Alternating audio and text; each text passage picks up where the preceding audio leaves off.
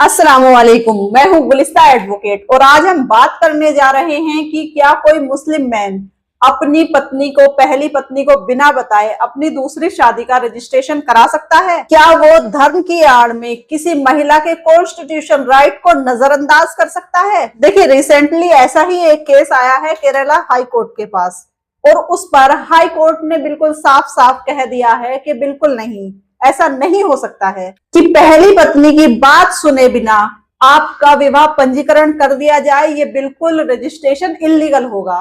तो आज हम बात करेंगे इसी हिस्टोरिकल जजमेंट की, जिसके अंदर इसकी क्या कहानी रही, कोर्ट ने इसके अंदर क्या क्या रीजनिंग दी है और क्यों ये फैसला मुस्लिम वुमेन राइट्स के लिए सबसे बड़ा कदम माना जा रहा है। तो लास्ट तक जुड़े रहिए हमारे साथ, क्योंकि सिर्फ ये एक केस नहीं है बल्कि ये इक्वेलिटी की बात है। देखिए, ये मामला जो जुड़ा है वो एक हस्बैंड का अपनी दूसरी पत्नी के मैरिज रजिस्ट्रेशन से जुड़ा हुआ है। इसके अंदर जो हस्बैंड है उन्होंने अपनी सेकंड वाइफ के साथ मिलकर हाई कोर्ट के अंदर एक पिटीशन दाखिल की, जिसके अंदर उनको उनकी मैरिज का जो सेकंड वाली की है उसका रजिस्ट्रेशन कराना था और ये registration Kerala marriage registration rule 2008 के तहत किया जाना था। लेकिन जब ये दोनों अपनी मैरिज को रजिस्टर्ड कराने के लिए रजिस्ट्रार के पास पहुंचे तो रजिस्ट्रार के द्वारा इनकी मैरिज रजिस्ट्रेशन करने के लिए मना कर दिया गया, क्योंकि उनका कहना था कि अभी पहली जो शादी है वो वैलिड है और उनकी पत्नी जो पहली वाली है वो जिंदा है, इसलिए वो मैरिज का रजिस्ट्रेशन नहीं करेंगे। और यहाँ पर जो पिटिशनर थे उनका कहना था कि हमारी जो मैरिज हुई है वो कस्टमरी लॉ के हिसाब से हुई है, हमारे 2 बच्चे भी हैं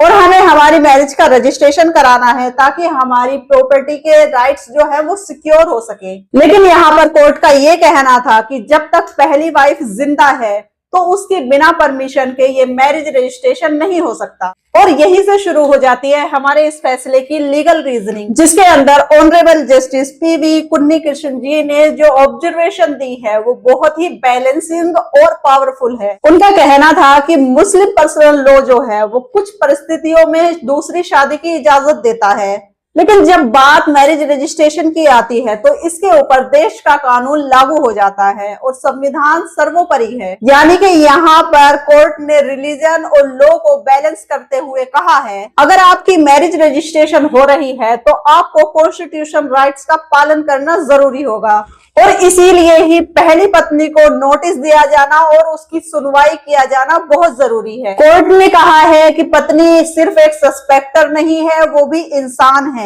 जिसके इमोशन, राइट्स और डिग्निटी को कोर्ट नजरअंदाज नहीं कर सकता है। और ये एक बहुत ही गहरी बात है, क्योंकि जब भी अक्सर दूसरी शादी होती है तो पहली पत्नी को समाज के अंदर इन्फॉर्म करना जरूरी नहीं समझा जाता है। लेकिन कोर्ट ने कहा है कि जब पति अपनी दूसरी मैरिज का रजिस्ट्रेशन कराने जा रहा है तो रजिस्ट्रार को पहली पत्नी को नोटिस जारी करना अनिवार्य होगा और अगर पहली पत्नी के द्वारा कोई ऑब्जेक्शन किया जाता है तो सेकंड वाली मैरिज का रजिस्ट्रेशन नहीं होगा और ये मामला फिर कोर्ट के अंदर भेजा जाएगा ताकि इसकी वैलिडिटी तय हो सके। अब इसके अंदर थोड़ा लीगली साइड भी समझते हैं। Kerala marriage registration common rules 2008, इसके अंदर जो रूल 11 है, इसके अंदर जब कोई मैरिज रजिस्टर्ड की जाती है तो इसके अंदर रजिस्ट्रार को वेरिफिकेशन करना होता है और पार्टी को फॉर्म के अंदर ये क्लियरली मेंशन करना होता है कि आपका प्रीवियस मैरिज स्टेटस क्या है, उसको बताना अनिवार्य है, जरूरी होता है।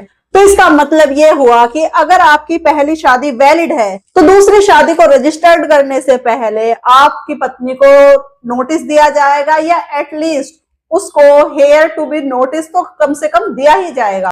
और यही रूल जो है वो इस केस के अंदर लागू हुआ है। जस्टिस कुन्नी कृष्ण जी ने एक बहुत ही दिल छू लेने वाली बात भी इसके अंदर कही है कि जब कोई पति दूसरी शादी करता है तो वो पहली पत्नी की भावनाओं को नजरअंदाज कर देता है, क्योंकि महिलाएं जो हैं वो अक्सर अपनी पति की दूसरी शादी का ओपनली विरोध नहीं कर पाती हैं, क्योंकि उन्हें सोसाइटी का डर होता है। लेकिन लॉ जो है वो महिलाओं की फीलिंग्स को नजरअंदाज नहीं कर सकता है। यानी कि कोर्ट ने लॉ को ह्यूमन सेंसिटिविटी से जोड़ा है कि ये मैरिज सिर्फ एक कॉन्ट्रैक्ट नहीं है बल्कि एक रिलेशनशिप ऑफ रिस्पेक्ट है, जस्टिस है यहाँ पर कोर्ट ने ये साफ कहा है कि धार्मिक स्वतंत्रता हमारे भारत का संविधान का एक हिस्सा है, लेकिन जब बात इक्वेलिटी और राइट्स की आती है, डिग्निटी की आती है, तो रिलीजन जो है उसको पीछे रहना होगा। जस्टिस के द्वारा कहा गया है, constitution guarantees equality before law article 14 and that protection must extend to the first wife as well.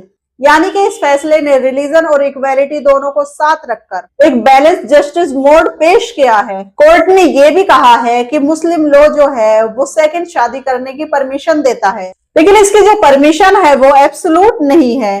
Quran और हदीस के जो प्रिंसिपल है वो कुछ इस तरीके के हैं, justice, fairness and transparency in marital behaviour. अगर कोई पति अपनी पहली पत्नी के साथ न्याय नहीं कर पा रहा है तो ये शादी सिर्फ अधार्मिक ही नहीं है बल्कि अन्यायिक भी है।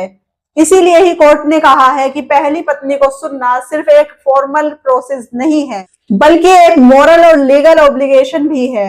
अब यहाँ पर बड़ा सवाल ये उठता है कि अगर पहली पत्नी के द्वारा कोई ऑब्जेक्शन कर दिया जाता है तो सेकंड मैरिज का रजिस्ट्रेशन होगा या नहीं होगा। तो यहाँ पर कोर्ट ने कहा है कि अगर पहली पत्नी के द्वारा कोई ऑब्जेक्शन आता है तो इस केस को फिर कोर्ट के अंदर भेज दिया जाएगा, जहां पर यह तय किया जाएगा कि दूसरी शादी वैलिड है या नहीं है। यानी कि रजिस्ट्रेशन तब तक होल्ड होगा तब तक कोर्ट का कोई फैसला नहीं आ जाता है। देखिए, ये फैसला सिर्फ मुस्लिम परिवार से जुड़ा हुआ नहीं है बल्कि ये महिलाओं की आवाज है जो कि जस्टिस, रेस्पेक्ट और इक्वेलिटी की हकदार हैं। तो इसीलिए ही केरला हाई कोर्ट के द्वारा कहा गया है, law must listen to the first wife before it registered second marriage. यानी कि religion gives permissions but constitution ensure justice. अगर आप भी चाहते हैं कि महिलाओं की आवाज सुनी जानी चाहिए तो इस वीडियो को ज्यादा से ज्यादा शेयर कीजिए ताकि अवेयरनेस हर घर तक पहुंच सके। Justice is not just a word, it's a right, क्योंकि यही है legal awareness for a new India. See you in the next video. Till then stay aware, stay empowered.